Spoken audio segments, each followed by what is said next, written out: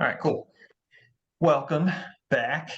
Lovely to see all of your bright, shining faces now that you've been in business for a few weeks. Um, Today's session is more open-ended, kind of just getting a feel of, how you guys feel about the technology that you've been using in business live for a couple weeks now. Um, it's really just open-ended questions. If we need to do a deep dive on kind of PLM stuff, we could do that afterwards, but we wanted to make sure that we get through any actual questions that any of you might have before that. Jalen's going to be kind of taking the reins, um, facilitating. I'll be here for any specific questions for me or anything that needs maybe a little bit more in-depth study. But yeah, this meeting is really just about you guys and questions that you have for IT. And if it goes the full 90 minutes, then that's cool. And if it doesn't, that's cool too. I think we're still probably missing a couple people, but that's all right. I don't want to wait for anybody when you guys are already here. So if anybody just wants to chime in, go right ahead. Hey, Ryan, here. Question for you. It's a Salesforce related. And I think my office manager may have reached out to Jalen on part of this.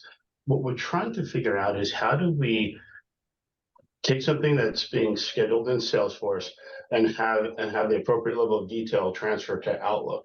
So, for example, she sets up an appointment in the office. It hits my Outlook.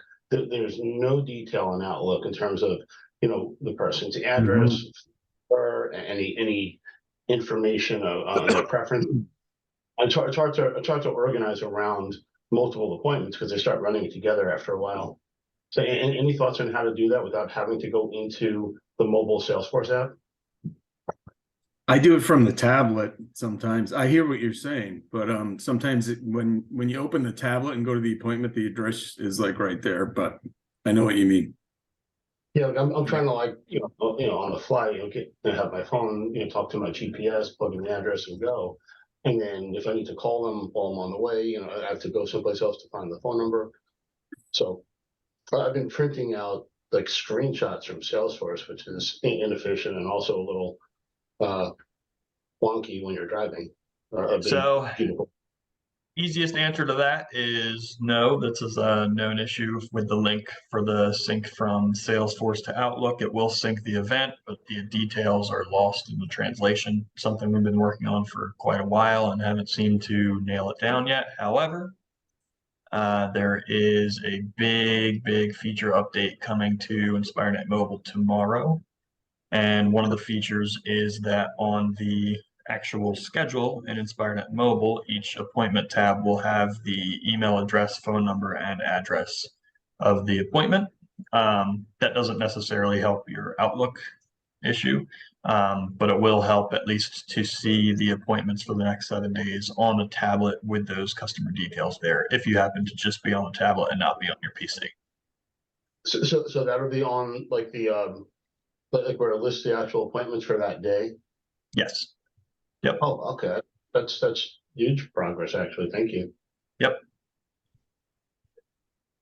Cool.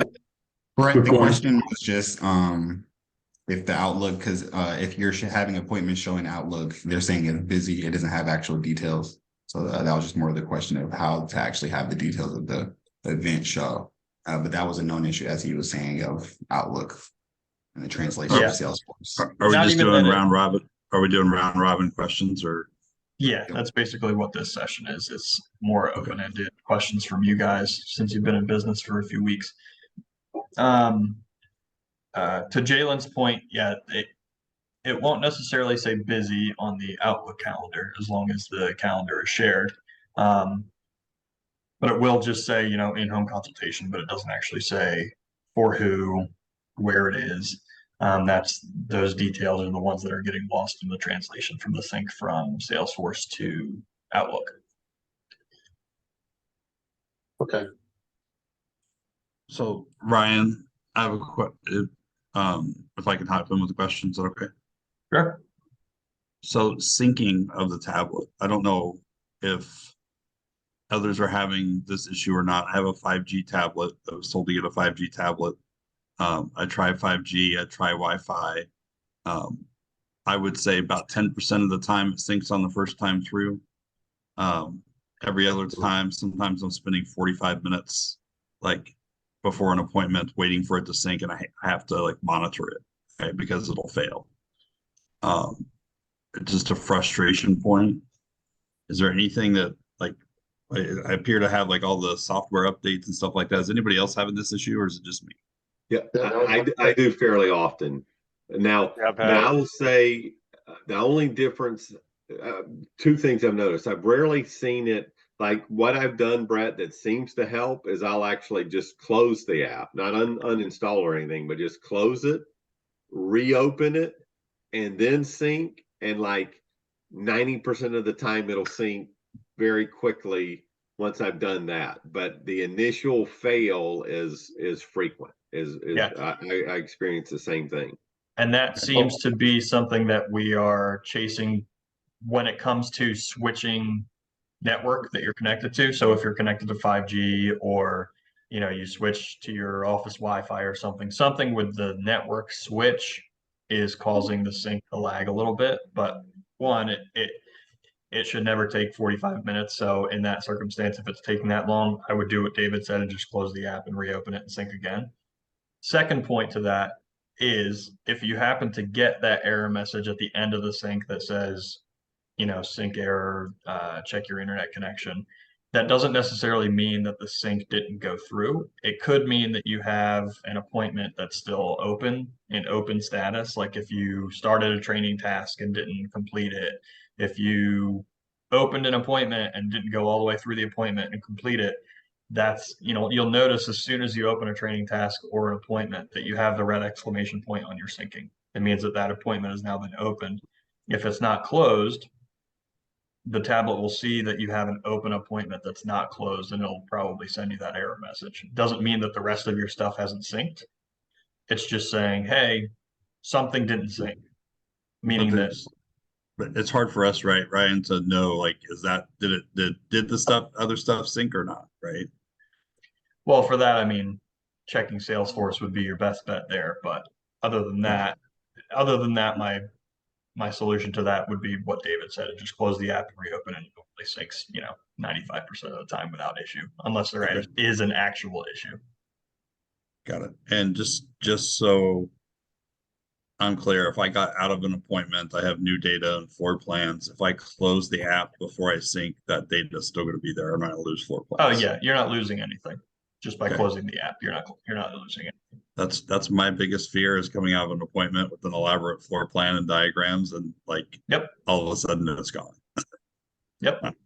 I think that's everybody's biggest fear. I got a quick question. I don't know how you do this or if you have to go through this whole process again, but I have a client that I did a small job for, and now she's doing another small job. Can I go in from the contact or the customer and just create the project manually? I mean, it's so small, it's like a rug binding. Or do I have to create a lead and go through that whole process? No, you can always create, I think, up to 100 projects for the same customer record. In Salesforce, you can go to the customer record and click Smart Scheduling. And then when that box pops up, your bottom option is to just create a new project. From there, you can book the appointment for that specific new project. Or if it's something that you don't actually have to go to the house for, you can do it just in Salesforce by manually creating an option on the project. But Okay, yeah, and that's in the customer or the contact? If it's in the customer. Yeah. Right. The contact record is mainly just for that and links to background actions. You'll never really do much with the contact record itself in Salesforce. Right, it's Yeah, just address and etc. Yeah, it's mostly for email campaigns and all that kind of stuff where the contact information is used. Would you be Okay, able to just set an appointment for a customer and then go from there? Yeah. Yeah, excuse me. You can if you create that new project record, then you can just go straight to your calendar, just like we did with the tech certification exercise. Just manually book an appointment on the calendar. It could be for, if you have to go out to the house. If you don't have to go out to the house, then you don't need to book an appointment for it. Yeah. I have, But- I don't want to jump in line because I was late. No but line. When, Go ahead. okay, well, I've got two questions around Salesforce that I think hopefully will be valuable for others once they've already got it figured out. Number one is I'd like to go into my proposals, like when I generate the agreement on my tablet, I like to go into edit it, and I like to put it in a certain order. Like I like to do freight first and then removal. I try to do it kind of chronologically so I can take the customer through it and say, hey, we're going to do removal, and then we're going to do appliance move, we're going to do furniture move, we're going to do removal, and then we're going to do the install, and then here's the product at the bottom. For whatever reason, I can't get that to stick. Like, but when I sync it or whatever, when I go back, it doesn't save that order. So in Salesforce, you mean? Yeah, so like when I go into Salesforce then to like generate a print proposal, whatever, it just none of it's there. And even when I go back to the tablet, it has not retained that order. So I just want to make sure in case I need to do any kind of testing or anything. So you're Sure. manually moving the line items where you want in the tablet. They're there where you want. You sync it up, and then in Salesforce in the proposal, it's not showing that correct order. Right. And then when I go back even to look at that proposal again, it's like I never did it. Okay. And it very well could be user error, but I'm not going to call it that until I test that very Okay. specific sequence. Does anybody else Also- do that? Because right now, like it just seems when you're walking through the proposal with people or the agreement, Agree. they really like it. Seems to make sense. Here's the freight, and then we're going to do this, and it leads to $5,000. I move mine around all the time. I have it in like Arlen said, I put mine in like freight and then the like series of order. Yeah. So okay, so we're Just talking about the because same thing. mentally it makes me visualize it better. Yep. For the same thing, it helps me avoid forgetting things. But Spencer, you're saying yours sticks, and like when you generate the proposal, No. it's like, oh, No. Honestly, I've never really paid attention to it. Because when I go into Salesforce, I'm moving a lot of stuff around, but I Okay. double check it. Not all the time. I would say most of the time I feel like I'm moving it again in Salesforce. okay. Okay. Well, that's the one thing. And then the other thing, and Ryan, and I think again, hopefully this has relevance to others. Like I went last night to get a signature on my first deal. Hallelujah. But while I was there, he's like, hey, I feel terrible that I didn't think about this, but we should just do the entryway at the bottom of the steps and a matching product. I'm like, yeah, no problem. 35 square feet, bada bing, bada boom. But when I went back up to his kitchen table to try and again, probably user error, I didn't know the best way to go in and modify this deal that we're arrived at our 5,000 whatever dollars. So I said, you know what? I'm gonna go to his office at noon today. And so I'm really glad for this meeting, because what I need to do now is I need to generate a new proposal and have it ready to go over there at noon so I can sign and get his deposit check. Yep. So there's a couple ways that we can do that. One of the ways is just like we did in the tech certification where we said, they call you back and they want to do this extra room also. Yeah. So you'll pull it down to the tablet again by menu button, search customer, choose the project. Then you can draw that extra space. Yep. And then you can either make that extra space its own option and have them sign 2 different proposals, or you can duplicate the option that you have and then add that room into your new duplicated option. That would be the path of least resistance, I think, especially since it's just a square. Right. And then it's still just signing 1 proposal instead of 2. And then the other thing is, and I'm embarrassed that I haven't had this opportunity yet, but I'm glad to have the opportunity. When I got to the end of the process the first time before he thought about the entryway, I wasn't getting to a signature field and like to actually sign the agreement. And I'm going to try it again But I just want to make sure that, like, when I was generating the proposal in Salesforce, you can select whether to have the signature fields included or whatever, Mhm. in the PDF mockup. But that's not an option in InspireNet. It should always just take you right through that signature flow. No, right, it should go right to the last page or second Alright. to last page where you can bring the signatures up. I'd I actually suspect be user incredibly error. interested in seeing a situation where that page wasn't available. Okay. If you Well, can I'm make not that going to do it happen. now, but Yeah. yeah. Yep. Now that I know the Yep. best way to, those are my two questions that were top of mind. Thank you. Hey, Ryan, Related to that, a challenge that I've had has been not getting to the signature page, but being able to email from the signature page to the Mhm. client. me- What I couple second times. that. I've had to download it to PDF and then send a regular Outlook email with an attachment. Yeah, I'm So- having trouble with that as well. I don't email from the tablet because Jalen helped me some and said, make sure Outlook is open and you're signed in. I do that and I still can't email from either of our tablets, the proposals. So I'm emailing them from Salesforce routinely. That's the way I get around it. But I would like to be able to email from the tablet. Okay, But I are have you trouble connected with to the internet when you try to email from the tablet? Yeah. Yeah, okay. Okay, so that's number one. So number two is what I would say is to uninstall Outlook app and reinstall it just to make sure that you're fully logged in. Sometimes if you aren't logged in the Outlook app, I've noticed that it still brings up your inbox and stuff. It's just not doing any new stuff. So it's not actually telling you that you're logged out.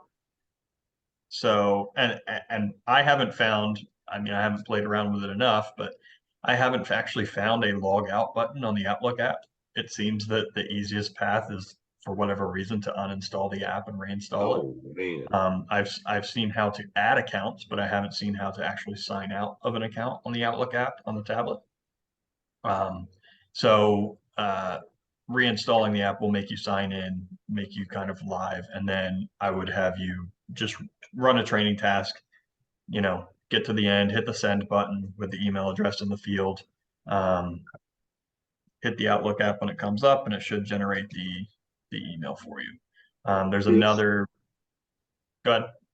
That's all right. So like I've got a page up and to illustrate the problem. I don't know if you can see it, but anyway, I'm on that send the Mhm. page and it gives you the apps to choose and Mhm. Outlook doesn't even show up. Okay, so I want to make sure that we actually have the correct Outlook app downloaded. I actually can't see your screen. I'm sorry. Yeah. Yeah. So it may be just what you were describing because I've got Outlook open Mhm. and it's got an email I received just a few minutes ago. It's at the top of the inbox. And it's the Outlook app, I not like assumed that meant I was signed into Outlook. yeah. So it's the actual Outlook app, not like a mail app that's on the tablet. Oh, Because there is a default mail app on the tablet, but that's not Outlook. I think it's the full Outlook. Problem, and it's the Outlook app in 365. So Okay. it's definitely the real app. Yeah, I think mine's the full Outlook, but I guess I'll have to figure out how to check that. On that screen that you have where you're saying the Outlook app isn't an option, is there an option to choose another app than what's on the list? Yes. Can we do that? And then maybe Outlook will be there? Let's see.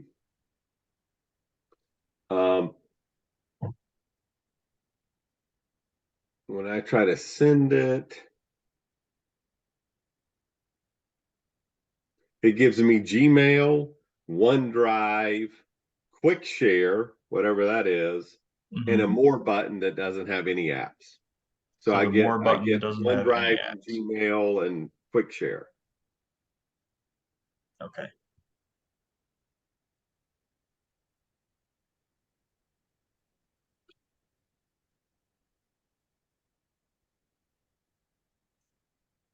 We'll take that kind of at the end of the call. We'll walk through that troubleshooting, and obviously anybody that wants to be there for that can. But I don't want to take up too Yeah. much time with one specific thing. Yeah, I just chimed in because that was my question, and when Evan raised it, I was like, yeah, I get that all the time. So I'm glad to know it's not just me. Yep. So Ryan, I've got a question on Salesforce. Is there a way, and maybe I just haven't found it, to kind of track marketing activities? You know, it doesn't seem to be a category you can pick, like if I'm meeting with a realtor or you know, BNI colleague or something, I can track how many meetings other than manually going back. Is there a way to do that somehow in the calendar, either in Salesforce or? I wouldn't say that right now that we're set up for any sort of calendar event tracking. As Okay. we're, yeah. If you happen to have them as contact records, you can definitely set up, you know, a post in the activity feed on that record.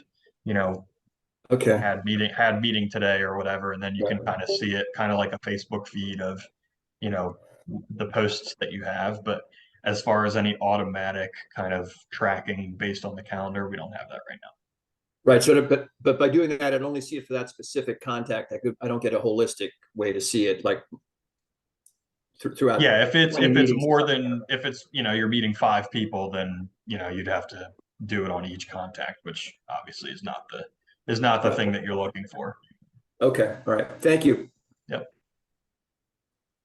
So if I have a lead who didn't make it to a project, but I want to keep them around and, like, say, email them later or something, what status do I leave them in, or like, or will they be included in email campaigns? How does that work? They would be included in email campaigns, yeah. So technically the lead has never been converted. Right. Yeah, so then they'll still be in a specific record within the types of reports that you would add to campaigns. They would stay in the new status and probably be included in the, you know, book an appointment today and get 5% off your proposal. Things like that. And if I mark them dead, will they be available, or dead means don't talk to them anymore? There's a report based on dead leads, but if we mark it dead, then we pretty much assume that we're not reaching out to that person anymore. Okay, thanks. Yep. But everything that is in Salesforce is possibly used for something. So even if we mark it dead, if we mark a project dead, whatever, you know, it doesn't have to stay that way. We can always kind of, you know, change the status on it if we need to. Which is why Ryan, we I got kind of. Go ahead, Dan. Sorry, similar question. I have a customer that I gave a proposal to, and then I spoke to him last night, and they've decided to put an addition onto their house. And so he's put the brakes on his flooring for now. So I think I want to kill this particular opportunity and just mark it dead, because it'll be months. But what I don't want to do is not be continuing to market to him, etc. So how do I make sure that he stays active in Salesforce? My advice on that would be to just leave it in estimated status. I think it's a long, tedious road of trying to mark every proposal that's not being landed as dead. I don't think that's something that you need to worry about. It being an estimated status isn't hurting anything. It being an estimated status will show up on your needs to close list, meaning it'll still live in a report where, you know, you can reach out via the campaigns to, you know, send out email messaging about, hey, you know, what can we do to get your project done, that kind of thing. So we don't ever really want to mark something dead just because it may not necessarily happen in the near future. You don't know if they're going to change their mind or, you know, anything like that. No, that makes sense. I'll just leave it. Yep. Thank you. Hey, Ryan, can we talk about price list changes? Yep. I figured that would be one of the bigger ones, so I was kind of saving that towards the end, but we can get into that whenever. So Ron and Arlen showed me how to, Dan, you were on the call, Ron was showing us how to make the mobile accessories changes, and then also the default margins on the products. So we made those on, I think it was Monday. I've synced probably a dozen times since then, and they're still not showing up. And I just, Can I oh, right. Go ahead. I want to ask what the process was. Did they walk you through the process of actually downloading the Excel, changing it, and then uploading it? Yeah. Yeah, so two things on the mobile accessories and labor. Yep. Downloaded it, changed it, uploaded it. It didn't give me any errors in Salesforce. And then when I sync, and so I just like this morning just to make sure it didn't change overnight. I went and did a training exercise with a couple things to see if it pulled in, and it didn't. So on the price list manager, like an example, it says appliance moved $25. But when I go to do a proposal, it still says 35, the old price, as an example. And then on the products, we did that differently. Ron had us go in to the margins by product and manually change each one of those. And so I changed mine from 50 to 45, and it's still loading 50%. All right. So I'm going into your And I don't want to, right I don't now. want to hog the meeting. So if others No. aren't experiencing that, then We got plenty of time. This was always going to be something that was planned to go through, and I'm glad that we have an example. So Yeah, you said your appliance move. that happens when you make a change. Like if you change a percentage, it sticks. But if you make a change in the proposal, it goes back to the 50. yeah, I just like right now, right out the beginning of the call, I just did like a 12 by 14 room, like after I synced and selected PG1 carpet, and it shows up as 50 out of the gate.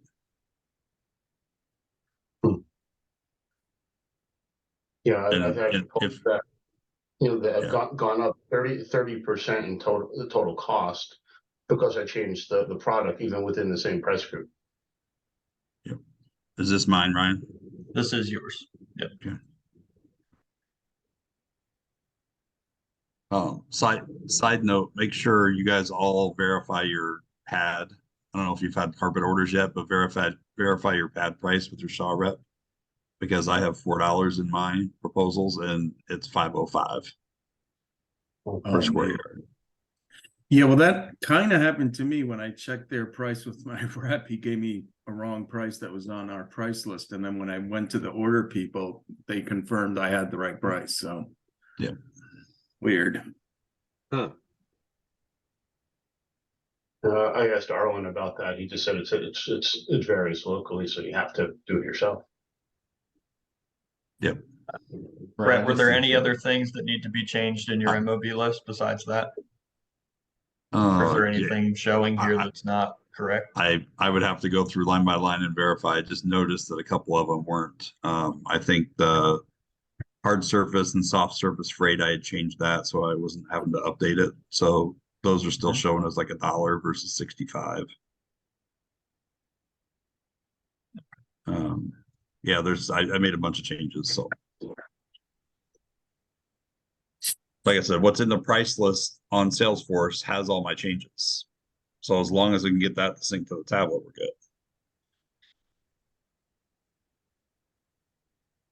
Yeah, I've seen that similar thing, and I apologize, Brett, I missed what you were saying, but I've made changes to my price list, and then I go into the tablet and I see the same old price that was there before I made the change, and then I look in Salesforce and it looks right, and I have synced. So, but it seems to have corrected itself over time, which is interesting. So, I don't know if yeah, but I've definitely seen that. And Ryan, my first thought was, well, it's not going to go back and change it because you wouldn't want it to on existing proposals, only new ones. So then I started creating new ones, and it showed up. Yeah.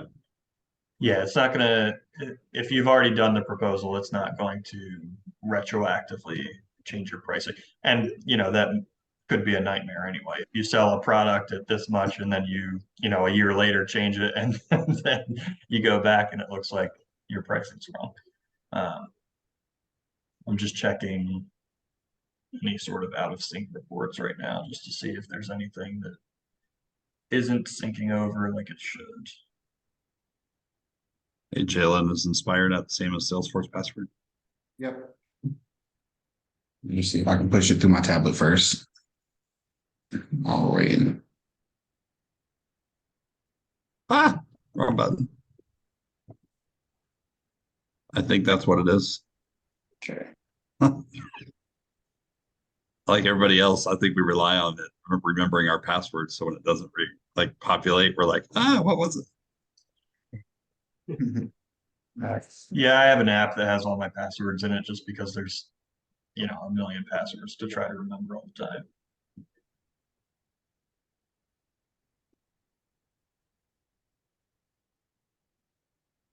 Should be requesting authenticator now.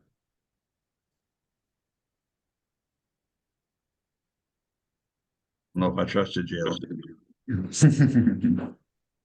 Well, no, I'm too trustworthy.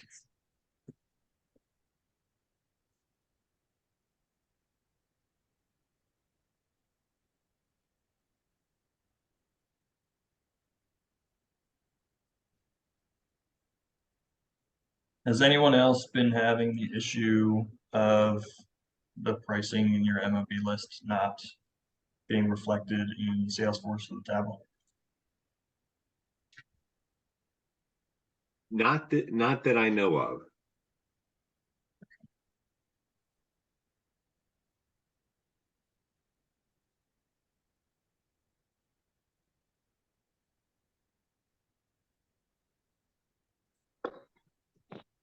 So while I'm looking at this, any other questions?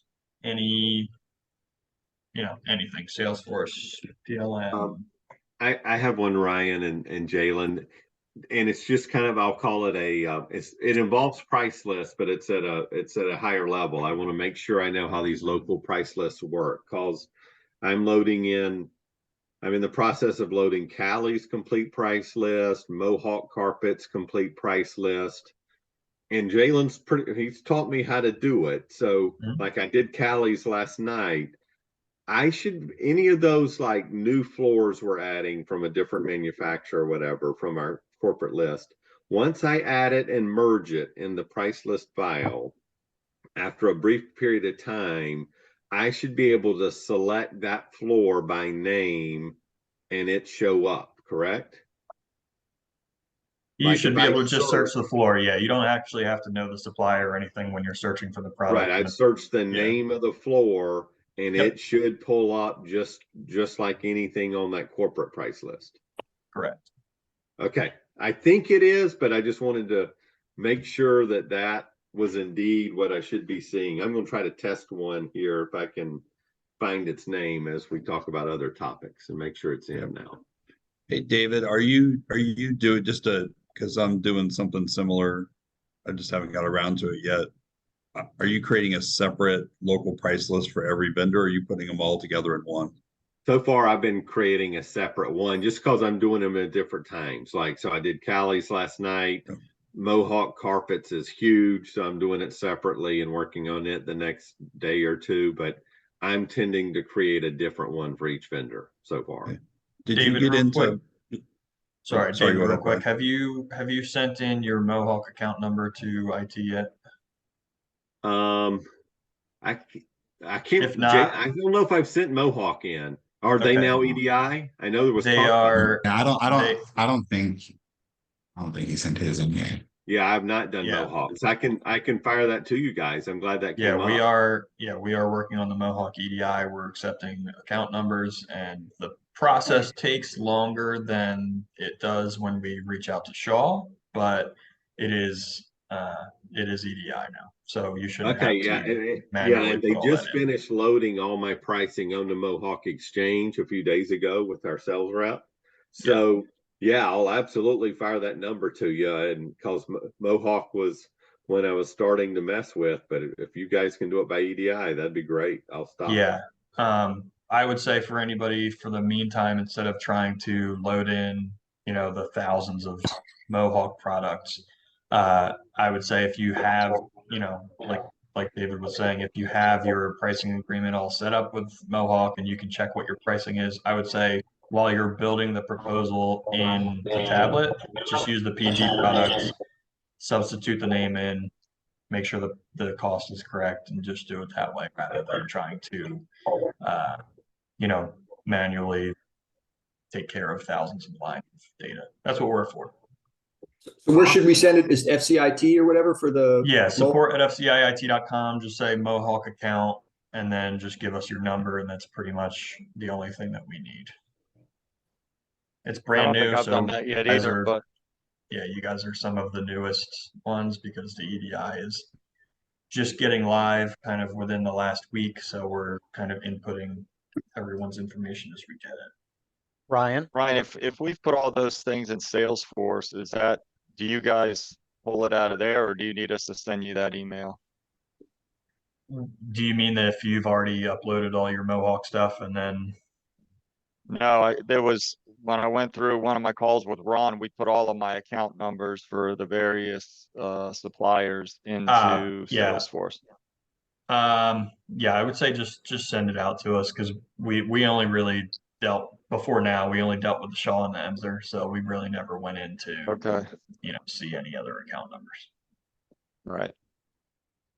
Hey, Brett, can you try resyncing your price lists again? See if it's coming up with it. I'm actually working on that right now, actually. Jason. Pardon? Did you say it worked on yours, Jalen? Mm-hmm. Yeah. Okay. Yeah, I'm seeing 45%. Ryan? Yes. So the 3 accounts we should be sending you now are Mohawk, Emser, and Shaw. Correct. Any others? No. Okay. No, because we basically have nationwide pricing with any of the corporate price lists we have. So, Lawson, Bella, all those, we don't need your account numbers for them because we already have your list set up. So that means that all others we have to load manually, right? If it's not in the corporate price list, then yes. Thank you. Yep. Hey, quick tip for those on. If you all remember with Shaw, some products weren't, like the Anderson Tough Techs weren't loading for people. And your local Shaw rep had to like put you in a certain group, like it was like group 68 or something. If you ever go to do the Philadelphia products, like the commercial, like in the grain and that stuff, that's not automatically set up either. So you have to have your Shaw rep set you up for those. I went to do a proposal for in the grain and didn't show in my price list. But once he gave me the price and then the next day it was in. So just a heads up if you're looking at the in the grain stuff. That was your hard surface rep that did that? It was soft surface because their commercial products kind of span like soft and hard, just depending on what your territory set up as.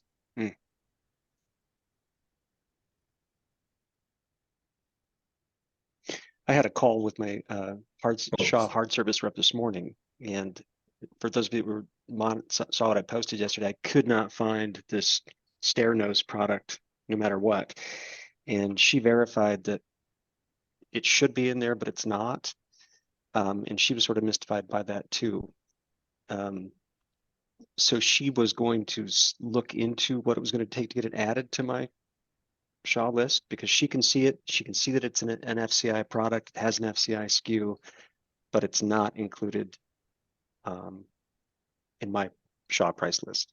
So so basically in that situation, that rep reaches out to Shaw B2B, who handles the EDI, and they add the product to your file and sync it over. Okay. So, and she wasn't real familiar with the process. So if I was going to coach her, I would just say, send it to who? Shaw B2B. Okay. All right. Thank you. I'm hoping I didn't miss something. So the vendors that are not EDI, there's pricing in my in Salesforce and in the tablet for those, and I know it comes in via spreadsheet basically, but are we supposed to be doing something with that, or no? So the AHF, Cali, SeaTac, Forbo, HF, Hallmark, Lawson, Mannington, all those, we're the ones that handle the pricing for those. Okay, so it's only the local suppliers. Yeah. Okay. Yeah. Yep. So the only thing that you guys would change on a corporate price list would be your margin. And that's basically it. We change the cost when the cost changes and everything. Right. But Ryan, it's only for products that are in their mobile showroom or studio, correct? Yeah. For those vendors? No, I don't think so. It's for You know, everything? the AHF list has almost 600 products in it alone. Okay. Yeah, these are just the nationwide pricing for all of the products in these lists. You know, our Cali list is only 74 products. They have more than 74 products. So if you have a product like David was saying, he's kind of uploading Cali's whole line. Any products that aren't already in the corporate price list, you can add as a local price list. These are just the products that we have nationwide pricing on. So Ryan, let me just, so Brett, I had that situation with AHF. Somebody wanted a specific hardwood that AHF, that was an AHF product. It was not in our price list. And I contacted AHF and they said that's not part of the direct the manufacturer agreement that we have. So I did have to go through a local distributor to get a quote for that product. So yeah, that's what I was thinking, Dan.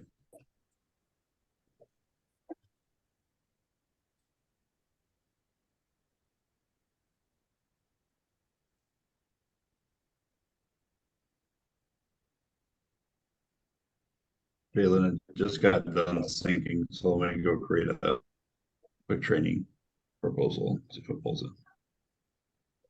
Okay. Ryan and Jalen, this is not a big deal, but you know, I've created a bunch of email templates for my office manager, and in that, there's no way you can put a signature, obviously, in there, but you can't put like, you know, the branded signatures that marketing has put together. For some reason, if you try to save it with, you know, the logo in the signature in the Salesforce template, it won't, you get all these errors, it won't save it. The only way to do it is just with a text signature at the bottom.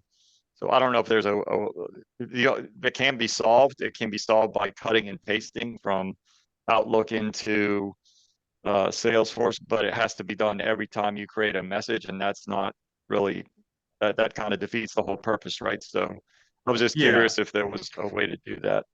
I don't think that that's a broken feature. I'll have to look into it more. I'm pretty sure any that I send out have the picture. So it may just be a setting in the email signature that you have in Salesforce. And you can look at that by clicking your little profile picture on the top right, settings, and then going to email signature and just, you know, kind of see what you have there. But we can take that offline also and see if that's something that needs to be fixed. Jeremy, you have that too? Oh, No, I was waving goodbye because Janie's coming now. okay. We're swapping out. Okay. Hi. Jalen, it didn't work. Yeah, I'm looking into it for you, Brett. Yeah. Did somebody else say that they had an issue with changing their MOB pricing that not being reflected in the tablet? Okay. I'm the lucky one. Yeah, you're the lucky one. I thought somebody else had said that. Yeah, I had said that. That has definitely happened to me, although it seemed like over time it finally corrected itself, because now when I'm doing proposals, I can see the correct labor rate being applied. But I know there was a couple of days where I had several sinks, and after I had made the change and it didn't seem to be taking, and I kept looking at proposals going, why is this still being charged at, you know, $2 when it's $1.50?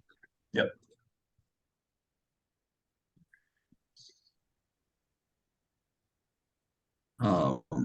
Jalen, Ryan, it seems like there's a lot of tickets, right, that you guys were working on. So, and obviously this is probably a low priority, but there's an item in the labor price list that says remove and reinstall existing quarter round labor. And Arlen and Ron have said, we're never going to use that because you can't reinstall existing quarter round because it breaks. Is there a way to put a request in to change the name of that to like paint, stain, trim? So if a customer is wanting us to finish off the whole project, that we can have that in there? Yeah, our IT task force and us we are working through all of the current estimating rules that exist, as well as the MOB list and how it's named and all that kind of stuff, because currently there's not a way to change the name. If we changed it for somebody, it would change it for everyone. Yep. So that's kind of what we're carefully working through for more future updates coming. There's a good amount of things where the estimating rules were built, 10 years ago that don't necessarily apply in the same way now. So we're going through kind of line by line to see what changes can be made, and we'll be implementing those over the course of the year for Inspirnet mobile updates. And in the meantime, if it's helpful for anybody, I've used that line item because you won't use it for anything else as the paint stain trim. And so if you negotiate that with your contractor, like mine, we said, hey, it's 75 cents a linear foot. This is cost to me to finish it off beyond paint ready. I don't know if that helps others. Yeah, that actually does help. Yeah, That's, that is, Say again, David. Yeah, I totally agree. It would be great to either change that description corporate wide for all of us or get rid of it, because I'm under the same understanding that basically you can't reinstall quarter round. Yep. Change it to just install baseboard, because I go in a lot of homes that don't have baseboard. So Yeah.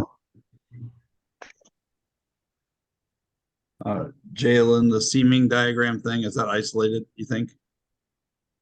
For the calculation, was that the one that we were working on? It was calculating different yesterday. Yeah, I haven't got around to redoing the proposal yet, but oh no, yeah, no worries. Now, yeah, me and Ryan are actually still working on that because we're trying to see, because it was showing about like 200 square feet off, right, from the seaming diagram versus the actual floor plan. My question is that worth calling out to everybody here just to validate? I don't see it happening to many others. Okay. Is it happening to you on other proposals, or is it just this one? That's the only one I've seen it on. So that's kind of because Jalen brought it to me yesterday. I was the one that kind of gave the word to try to reach out to you to see if it could be recreated, because we want to make sure that the source is recreating the possible issue again before we go in and say, well, it works for us. I want to make sure that, if there was any sort of modifications or anything done. Got it. And I can do that as a training one, right? Oh yeah, absolutely. Yeah. Okay. That's the world's biggest water bottle, I tell you. I'm telling you, man, it is. It takes 10 minutes in the morning to fill it up.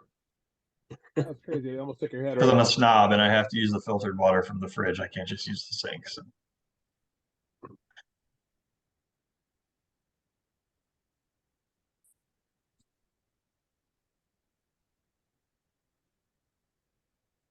Janie, do you have any questions about anything? It looks like a bunch of them have been covered already, like when I connect my tablet and when I'm back in the van trying to sync appointments, typically the first 2 times I tell it to sync, it tries and then fails, and then the third time it works and I change nothing and it just works. So you guys know about that already? That's the third time's the charm scenario. We run that all day long. Yeah, so the kind of, I hate to use the word workaround, but the situation that we've found as the fastest remedy is to actually close the app and then reopen it. That's what it's supposed to do.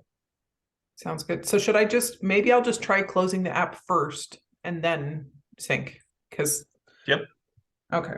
Yeah, I mean, after you're done doing what you're doing at night, if you close the app and then when you get started in the morning, opening the app, kind of a fresh start for it might remedy that kind of syncing problem. Okay. And then my other question, I think you guys already talked about too, just curious about, why it takes a little bit longer to get the Mohawk pricing put in after we send you guys the account numbers. I wish I could tell you why it takes longer. I don't know why it takes longer. Maybe because Shaw's not necessarily a bigger company, but maybe their IT team works a little faster than Mohawk's IT team. You know, Shaw's been set up for EDI forever, and Right. Mohawk is a bit newer at it. So, you know, the first I was taken aback a little bit because the first time I sent the information over that I needed to set up an account for Mohawk, I got an automatic email back saying that it could take up to 10 days. So It whereas seems like everything with Mohawk has been a tiny bit slower, so it's kind of par for the course that Jalen's nodding with like a grim look Yeah. on his face. So, Yeah. Okay. Yeah, I have no real idea why they send the same information over that Shaw sends, but it just takes longer to get it. I'm not sure. Maybe they're a snail mail versus Shaw's email kind of situation. Okay. Cool. Yeah, those were my only questions, I think. Hey, David, on Mohawk, how did you get your Mohawk Exchange account? Because I have an account number, but the rep keeps telling me I need an exchange account. Did you? Boy, I can't remember. They did set that up for me quite a while back. I can't remember how I got it. I don't know if it was the first. Are you talking salesperson I talked the to. Pro Exchange, account? Yeah, he just called it Mohawk Exchange, which I think is like the Shaw now. Yeah. So you have to go on there and register separate. Yeah. And then after you register, it won't let you in for a couple days, and then you email their IT and say it's not letting me in, and then they say, "Oh, we fixed it." That's okay. That's exactly how it goes. Anybody I know. Is that what happened to you, Spencer, too? That's exactly how it went. It said Okay. it could take 1 to 2 days to fire up, and then like day 4, I had to call IT. Yes. Okay. And they're like, "Oh, Thank it's you. active now." So just skip a step and email IT right away and say my Yeah. account's not working, and then they'll fix it. Yeah. Do you guys have any more questions for Ryan or Jalen? Because I wanted to ask you guys a question on Mohawk, not IT related. Excellent. So it sounds like Dan's plug your ears. hijacking your meeting. That's what Yeah, I'm they're saying. hijacking your meeting, Ryan. Take it. I'm curious because you guys are talking about Mohawk. My Mohawk rep has dropped off sample after sample after sample with me. I have a van full of carpet. I still have not that much of the hard surface products. I don't feel like, and I'm going to inventory it this afternoon to make sure I understand what I'm missing. But I'm just curious, what is it about Mohawk? I have so much carpet in my van that is not Mohawk, and what is the unique, situation that would have you selling Mohawk? And I'm just curious. It sounds like some of you guys have Price point. already. I Yeah, met with my Price rep, points and that are lower than Shaw. Yes. Price is lower. Okay. I met with my Mohawk reps yesterday, and some of the carpets they say they handed me a bunch of samples that say Mohawk all over it. And they're black boards, and they're beastly. But it sounds like, so we've got R2X with the Shaw, and then it sounds like Mohawk kind of has a hybrid similar product. Smart strand thing, yeah. Keeps that smart strand, yeah. So that's going to be the full stain protection all the way through. So yeah, I mean, definitely another tool for your arsenal when you've got, someone that says, well, this is a little bit much, and like, oh, we can step over to this type of product. And okay, so in general, it's lower cost. Okay, well, that's good to know. And Dan, you'll have customers and people that in here in Iowa, it's in more rural areas that are just, they know Mohawk. That's what they know. And regardless of what you try to tell them about Shaw or anything else, they're Mohawk people. It's like kind of Ford Chevy kind of thing, right? Right. So have it. I think too, so kind of going along with the lower price point, I'm finding that Mohawk is more competitive for builder grade and more commercial kind of stuff. So like I bid something for a property manager, and I bid him at 30% margin, the cheapest carpet Shaw has, the cheapest LVP, like everything as cheap as I could get it. And he was like, yeah, your price was the highest of all the bids I got. So like the only other thing I really have to do is find a lower price product, which Mohawk has. But then I have Mohawk carpet and laminate in my house and like them. So, I mean, it's not just about the cheap. I like their products too. They're cheaper on their carpet padding too. Like their 6-pound rebound is, I was quoted $2.19 a square yard, whereas like the cheapest you're gonna get from Shaw is $2.66. So I mean, it really doesn't make that much of a difference, and it really comes down to like Do you want to go pick it all up in one swoop, or do you want to have different manufacturers paying extra freight? So, And they also own Pergo, if you're someone's looking for a brand. my Mohawk rep told me that, and I don't know that it's true, that Mohawk manufactures their own carpet padding in-house. That's what I was told. Yeah. So you can get much better deals from them since they're cutting out a processing plant for it. Yeah. And I think what you guys are all finding too is their marketing is not as good, right? And No, marketing the costs marketing money. sucks compared to Shaw. You So see, if you we see do Sean the every marketing single for him. carpet We can do the place. marketing for him. And one quick thing too on the carpet front, Engineered Floors has the least expensive carpet of anyone I've seen. So if you're really hunting for bargains, get in touch with your Engineered Floors salesperson. They also do some laminate, but their carpet pricing is more aggressive than Mohawk or Shaw. Yeah, that's their That Dreamweaver? Is Yeah. Dreamweaver close? Okay. They got some other cool stuff in there too, like this like tropical rainforest engineered hardwood stuff. I don't know if you guys have checked out their stuff, but they got some crazy like exotic wood LVPs and stuff. Going back to your comment, Dan, that you were saying about, what's the point of getting all these other samples from all these other reps when we've got a van full of stuff? Like, I don't know about everybody else. I'm starting to take stuff out of my van already because like here, there is zero market for hardwood. None, because it doesn't do well. I've had no people, I've had one guy ask me about hardwood.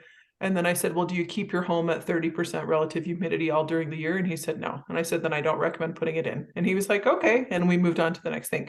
So I'm taking stuff out and it's in my garage. Because so I think that's just part of the customizing we have to do. So I agree. And I've got one tile board in my van and I've not showed it to anybody yet. So I agree with you. Yeah, I've been getting Carry that in with your tool bag. bathroom tile stuff. And you've been doing lots of bathroom tile, Greg? That's cool. Yeah, Hey, Ryan, yesterday. thanks for letting me I had hijack two. your meeting. Hey, this is all about you guys. Do whatever you want. I've got to leave in just a few minutes to go do an appointment, but Ryan and Jalen, y'all are going to check on that emailing proposals from the tablet, right? And follow up afterwards. Yes. Cool. All right. Hey, David, just shoot it in that email that we were already shooting back and forth. So we have that chain of events already. Okay. All right. I will do it. Thanks, Awesome. guys. Have a good one. Thank you. See you, David. Has anyone spec'd out a job for glue-on vinyl tile? The non-interlocking kind, the glue-on? Yeah. You can put grout in it. Like a Dura? Yeah, exactly. I think that's the Awesome. one. Great stuff. It looks nice. Yeah, the installation's pretty high on that. You can either do it's full glue, but you can either do butt to butt or grout. Or Yeah. If you put the glue down, it's similar price to floating, I believe. As far as like installers, it's almost the same. The only difference is you're going to come up in price with glue as opposed to not using glue for floating. But typically, so what I ran into is we were going to use the Adura Rigid, which is the click lock LVT, and that's back ordered until July. So we switched it to the glue down, and the glue down is like $1.50 a square foot cheaper. But with the glue and everything that you buy, you almost come back out to the same price as being a floating floor with the click lock. Because when I changed it from a floating to a glue down, the installation price seemed to go up like considerably, like almost $1,000. And that might be where you're at in your region for it, but like where I'm at, like with my other franchisees in the state, they're all on the same price for floating and glue down. Okay. Which glue down did you select, Greg? Oh God, there were two. Because if you do glue down carpet, Lucerne pile. No, I'm not. I'm talking about just as far as the price list, the general. I priced it out exactly to the name of the tile, actually. Oh, okay. As far as the install goes, I would honestly put whatever you have for floating floor install, do your glue down because it's almost identical process. They spread out glue and then they lay it down like it's a Yeah. sheet of paper. They're just lining it up. There shouldn't be that much of a difference in labor. Yeah, I don't know if my install guys will do it. They're suggesting I get a tile guy. Well, the I tile mean, guy Not a would bad just be idea. That's tile not a bad guys are idea. gonna have to space them apart and then grout them, which is Yeah. gonna be more labor. That's gonna be tile labor, Yeah. which is gonna be considerably high. I think my tile labor is like $650 a square foot, whereas Wow. glue is $2. The tile guys may be better at doing that though. Like if you're guys that normally do floating Oh floor, yeah, I they may wouldn't have just never want to do I wouldn't have my LVP guy do the grout. I would have a tile guy. for sure. Has anybody bid glue down like commercial carpet? I have a church I'm doing next week for like their worship space. Has anybody bid more of the commercial carpets yet? Yeah, we did some glue down carpet tiles that we're installing next week. Okay. And the one thing that was tricky for us was like instead of like the baseboards, they use the Cove base, which is like a plastic. Yeah. So just make sure to account for that. Okay. Still not entirely sure how much glue we're ordering. We're just going to touch base with our installer and, you know, have him pick it up and put it on our tab at our local place. So when I did glue, Shaw told me with the glue for the product, it was 140 square feet to 220 square feet per gallon. Okay. 100% take the lower number. Okay. I bought 1 4-gallon bucket and my installer said, oh no, you need 2 buckets. So, and that was an 800 square foot spot just to do my office, like my personal office. So Okay. I would 100% if take the lower number and calculate it off that. Okay. And that's what we've been doing for anything like for tile. We have a couple tile jobs and for the mortar and stuff, it'll say like 30 square feet to 45. I'm going with the lower. Yep. Because I absolutely want to cover my butt for now. Yeah. While we figure it out.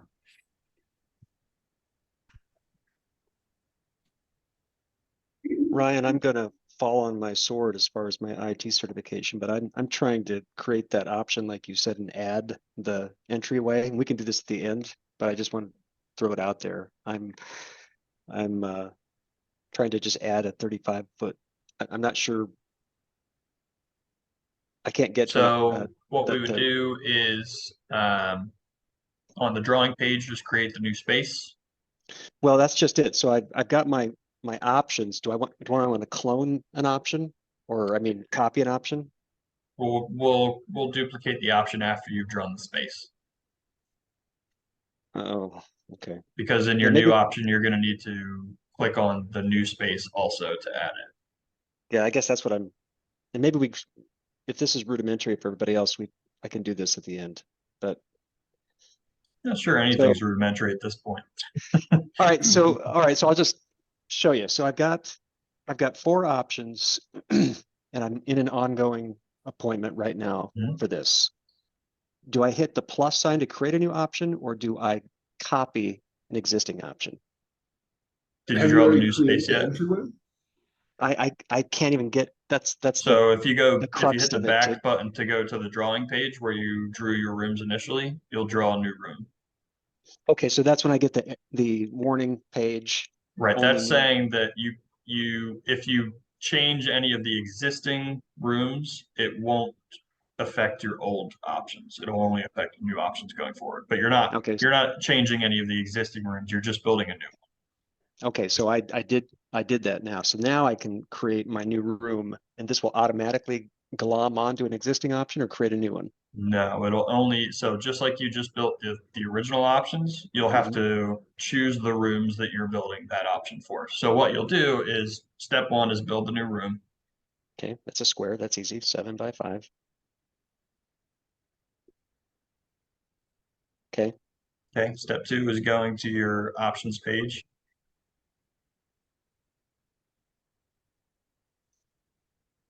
Back to floor plan. Okay, so I've got my little area built. And now I go ahead and hit the money. Yep, hit the money. Hit the money, honey. All right. Oh, missing subfloor. Just a second.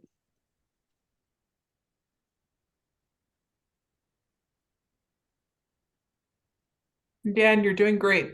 Don't worry about anything being rudimentary. I can't remember how to do anything anymore. It's all left my Yeah, you haven't done anything enough for it to be rudimentary yet, I don't think. Yes.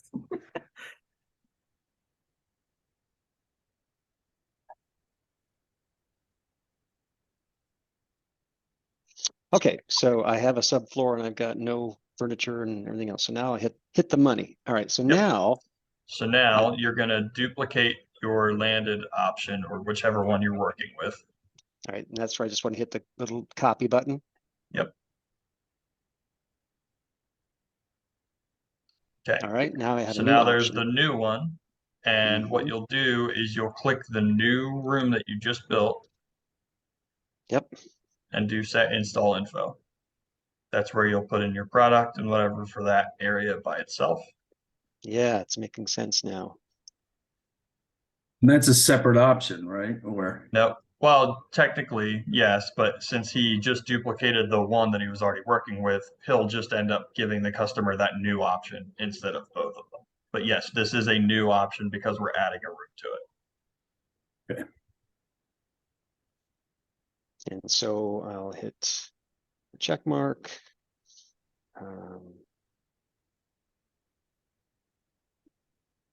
Awesome. So now So I can now go you in have your and, new proposal that has the old stuff as well as the new room stuff.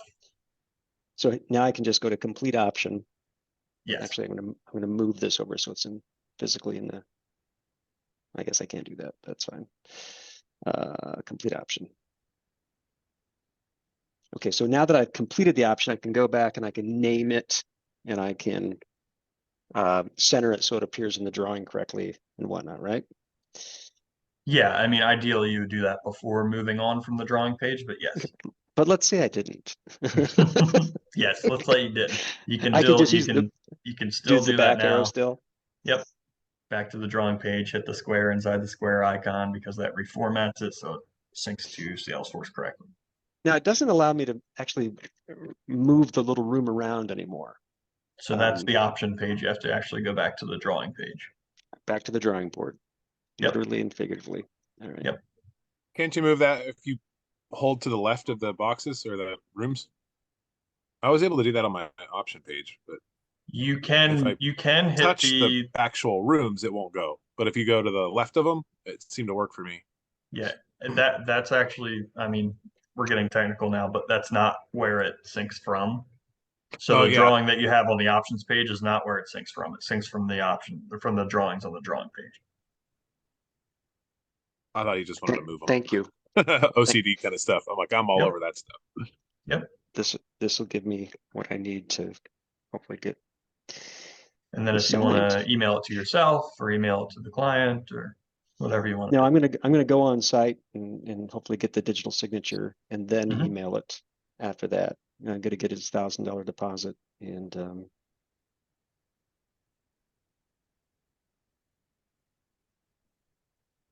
so now I can go in and actually work. Now I'm comfortable going in and actually working with the proposal to get down to the number that we agreed on. Yep. I'm gonna do a little reverse engineering. One thing I learned from the Shaw rep this morning, I think you guys will benefit from this. So this project involves a lot of stair nose. I've just had the stair nose on the brain lately.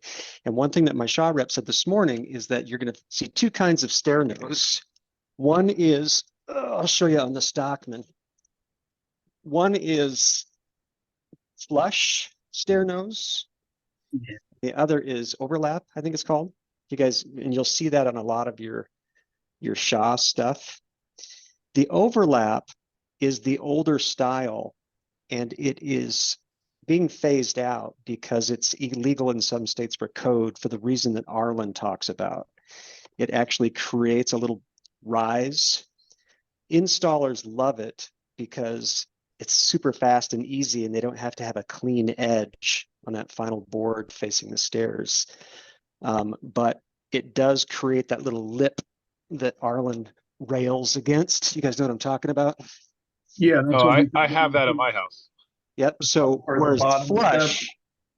or the top step, so whereas flush actually is flush, but calls for a clean edge where those two come together.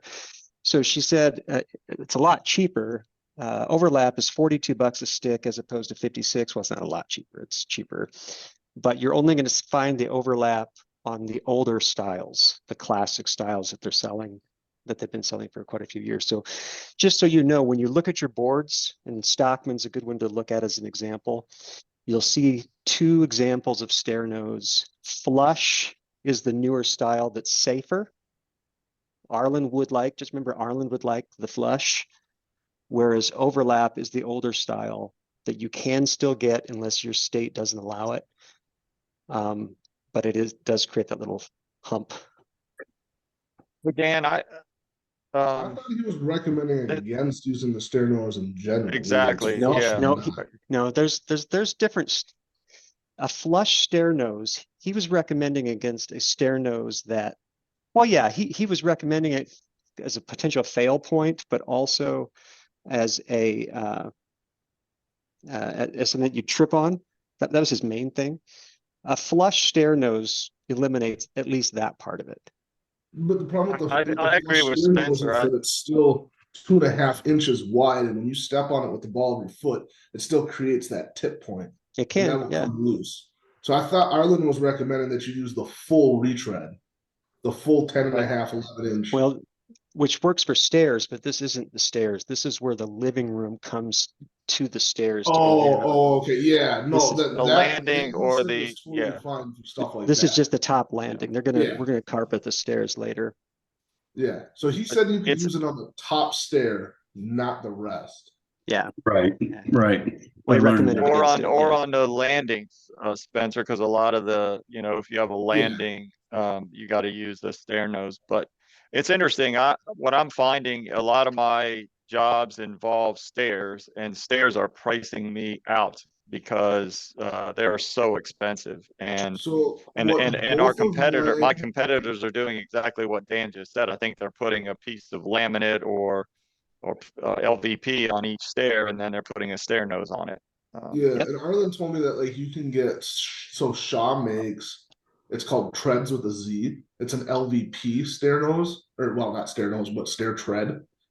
That's similar to what StairTech has, but it's LVP. So it's the whole retread with the curve in the front, and it goes the whole length. And those are like 65, 70 bucks still. So I mean, price wise, it's not changing anything.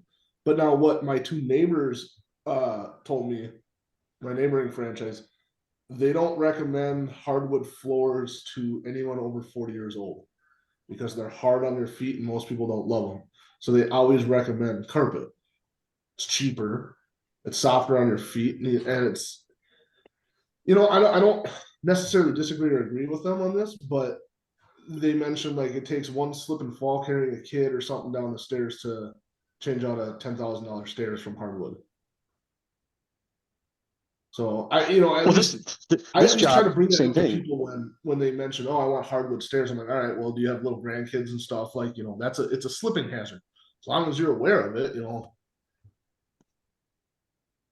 Hey, Spencer, did you say treads with a Z, T-R-E-A-D-Z? Yeah, it's T-R-E-A-D-Z. Okay. And it's the other one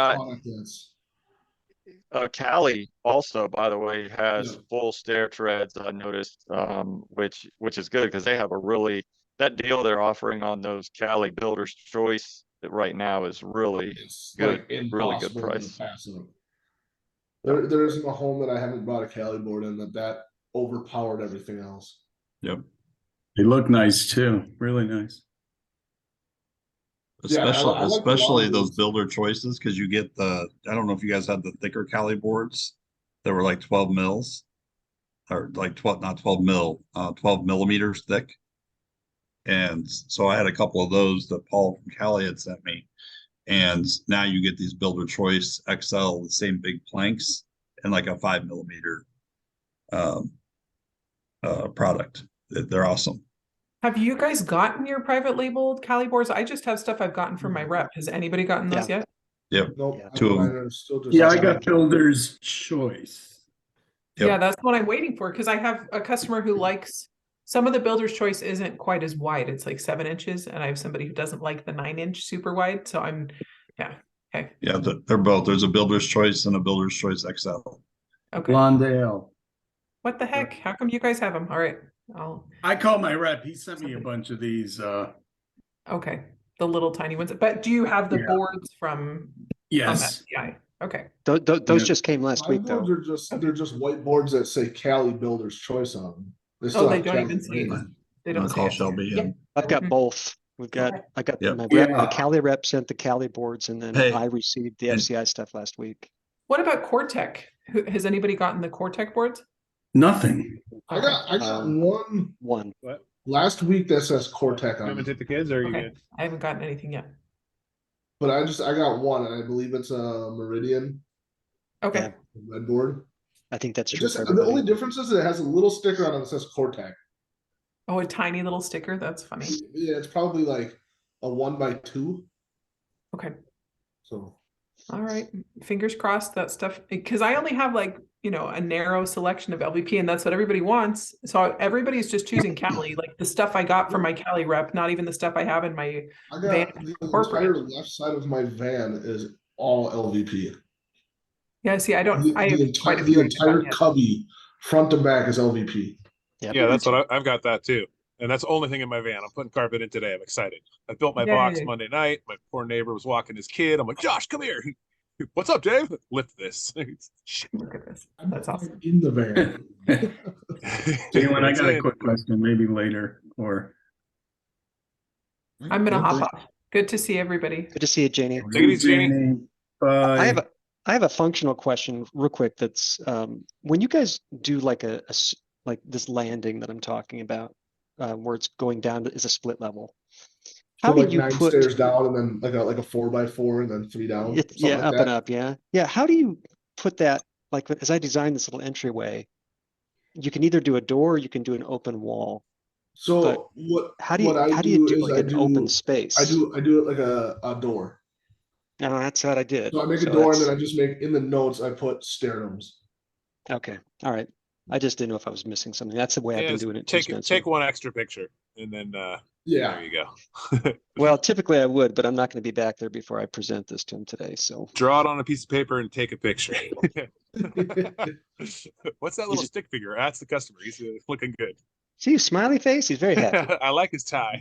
Yeah, very, very happy guy. I'm holding a big check. All right, guys. Quick, I've quick been great question. on this one. Yeah. So I just quickly, I created this job is pretty much done. I'm just waiting on the check, but I created a project in Salesforce. I never did this on the tablet because it was just this guy came by to bind a rug they had for like $350. So I created the project. Where do I put the money amount, commercial amount in and close it out? Are you just trying to put just like a rent, like just a general amount of money for no product, no? No, I know the exact amount. Yeah, that's what I'm saying. So you just need like a pro disc, like not a pro disc, but you just need a adjustment $350 as just the full project totals. Yeah, that's the total. I have my cost. I just don't know where to enter all this stuff. Is it in the project? Yeah. So are you in the proposal? I never did a proposal, really. You never did a proposal. Okay. You just got money. I just got money. I'm like, all right. You just came in and Like- handed you money, and you smiled and looked the other way. That's under the Guido project, Universal. Hey, forget about it. How you doing? Forget about it. Just put the money in the bank, eh? Well, if you're in the project, if you go to the proposal editor, it should be blank. But if you go to the new line item, you can click Proposal that. editor. I don't even see where proposal. Are you in the editor- project? I'm in the project. Yeah. Okay. So if you don't have an option, But if you don't, yeah, you probably don't have then an there won't option. be a proposal. So you have to build an option. So you'll just click There's new a new option. option button. If you're in the Got related. kids and dogs going to in the crazy, so I'm gonna project. hop off. You guys have a great weekend. All right, buddy. Okay. Sell. New option. Oh, okay. I see. And just call it, just name it. Yep. Very like.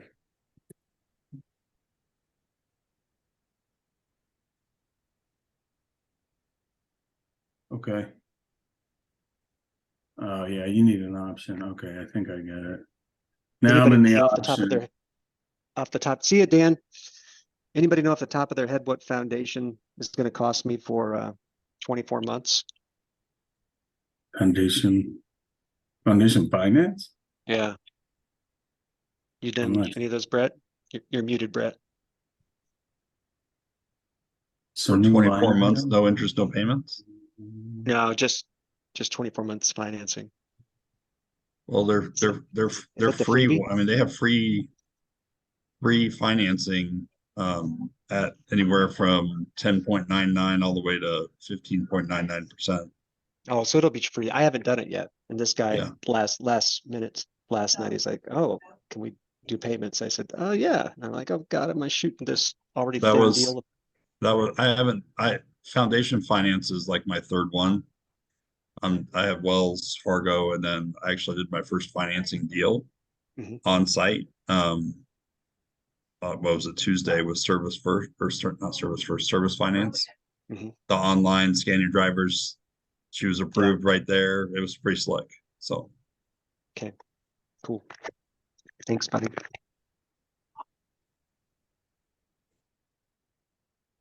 So geez, or Jalen, so I create the option and then I go in proposal editor.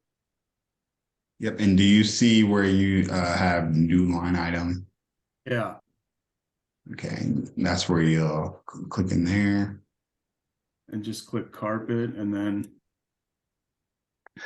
I'm going to jump, guys, so I can finish this thing. Okay. Thanks for all the help today. Appreciate it. Talk to you guys later. So I got the add new line item. I'm in there, carpet pad, carpet accessories. Yep. And then I got to search the product.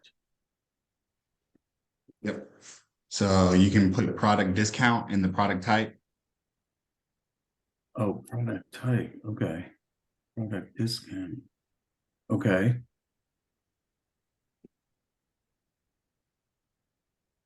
And for the product, PRO, and then you'll see both product adjustment and product discount come up. Yep, got it.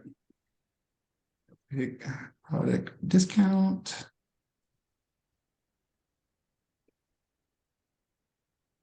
And then it should load in.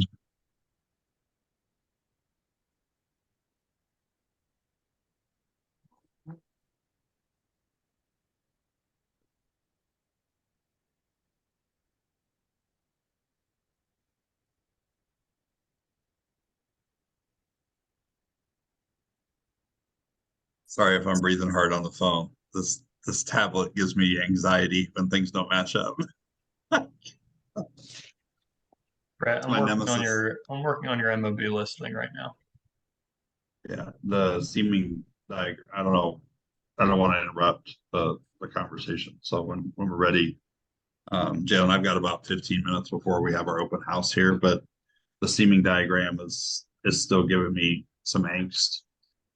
One of the rooms is matching up, the stairs are not. And so now I'm like worried that I underbid the project or didn't order enough.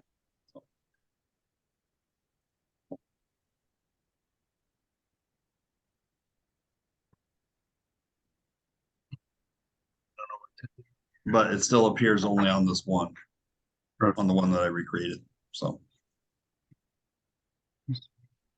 you're saying, so it's got to be user error. Can you see the training without me syncing? Can you see the training one that I just created? No, it would need to be synced to be able to see anything on a different device. no, I wouldn't be able to say. Have you synced to your tablet yet? I'm trying to check in Salesforce if anything. Let me complete the appointment. Okay, it's the one that's I have no idea which one it is now. You'll see the training ones once I sync. Yep. Not on my tablet. Well, I'm not going to sync it on my tablet. I'm going to check it on Salesforce. Yeah. So when am I interrupting the other question? Oh. Huh? Yes. I'm just kidding. Hey, I'm just trying to figure out how Ryan, to. Ryan, what's the product? It's not Pro Discount, is it? To add a, Pro just a Disc. general Pro Disc. Yeah. Okay. Do that. If the product type is product discount, the SKU is Pro Disc, and then the quantity is the amount of dollars off the total. It's an additional, if it's an adding amount, not a subtracting amount. Oh, well, an adding amount, I mean, I would just choose any product and Okay, so it would just be any product. Okay, I didn't think it change was the amount to what it needs to be. The Pro Disc is to take money off. Gotcha. Yeah, I figured. I didn't think there was a one just for it. So yeah, Greg, you can just add any. If it's you can add area rug or anything, just any product, and just edit the total to 300. So do new line item and then put in just anything like carpet. Yep. Yeah, you could put in like a PG1 carpet and then just manipulate the price to what you need it to be.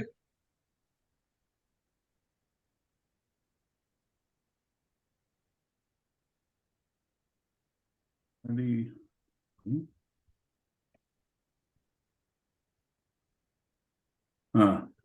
So select car. Oh, PG1. And then somehow I got to edit. Okay.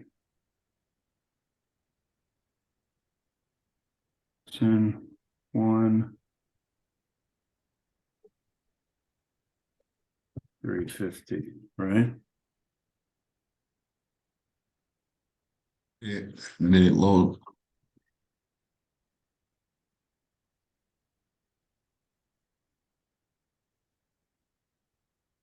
It doubled it for some reason. Oh, because of the margin. All right, I guess I'll have to play around with this. I'm not sure. Yeah, I don't know what to do. If you just tell us what it is, we can just make the total what it needs to be for you.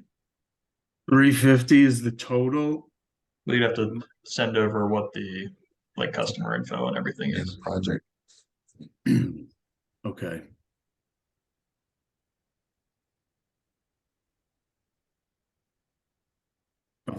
I'll email you. No worries, yeah. It'll be pretty quick fix. That's weird. Or would it be easier just to create a lead, do it in the tablet, sync it, and then come in here and close it? I don't know. Probably You don't have for to use. create the lead if you have the product already, or if you have the project already, you can hit the menu button and search the customer record to bring down the project to the tablet. You can do it in the tablet and then sync it up. If the customer already exists, you don't need to create another lead for it. Right, they did the option. I'm not sure how to do that the other way from Salesforce to the tablet. All right, I don't want to take your time, but I just want to do it right and make sure it gets entered. Yeah, on the tablet, so you'd hit the menu button at the top left, and then there's a field that says search customer. You hit that, Okay. you search the name of the customer, you hit enter, and then you choose the project record that you're trying to work with. And then it'll sync for maybe 3 seconds or so. And that project will then be on your tablet that you're working. It won't have any rooms drawn or anything because you didn't draw any rooms yet. So Right. if you want to draw a room, that's fine. You don't have to, but that's where you can just build your option. And we have a bit more customizability with the totals in Salesforce though. Okay. All right, I'll try that.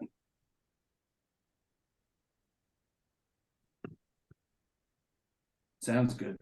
All right.